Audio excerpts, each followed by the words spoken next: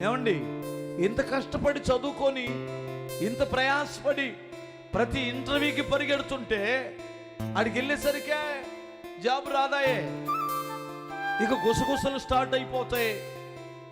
కన్నవారే కొన్నిసార్లు బుద్ధిహీనులై ఈ ఎదవకి జాబ్ రాదు, ఈ మోఖం లేదు, ఇది ఉన్నా ఒకటే చచ్చినా ఒకటే.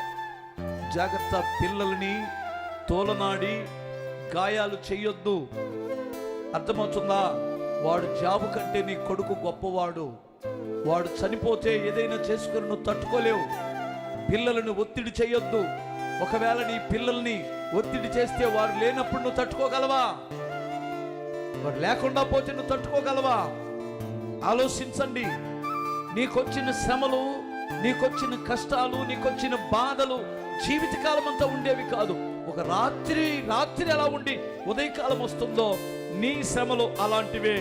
నీ కొరకు దేవుడు ముందు మంచి రోజులు ఉంచాను అంటున్నాడు. అది శుభవాగ్దానం. హల్లెలూయా.